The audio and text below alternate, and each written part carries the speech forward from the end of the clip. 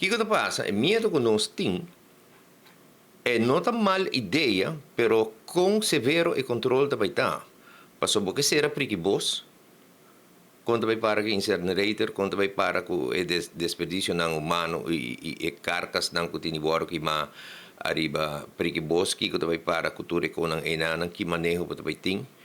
Então, lo que está doendo nos mais hobby, tá é pida, camina negócio de ser de mar, que está generar 4 milhões para ano.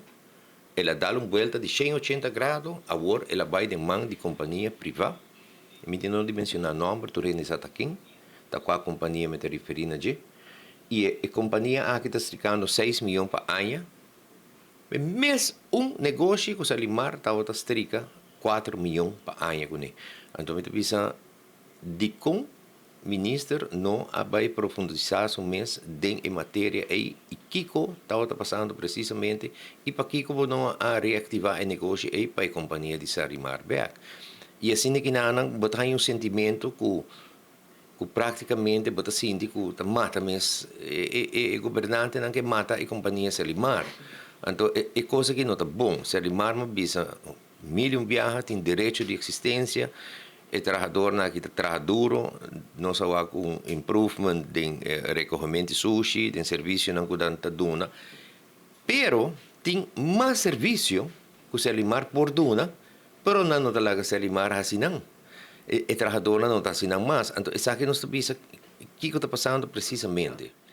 Que a reestruturação que vai fazer com a companhia para verdadeiramente vir uma companhia saudável e uma companhia que produz placa. Na modo de vista, produzir ganância. A nosso pensamento de sindicato está que o Selimar me será vai em direção de NB mais tempo.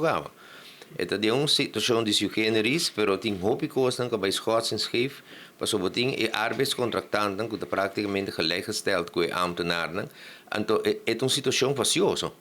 Sobre tem ambtenaar para por hij een bevordering en die kan een camin de cruz e arbeidscontractant bij name decisão worden tomar e essa é hora reglar.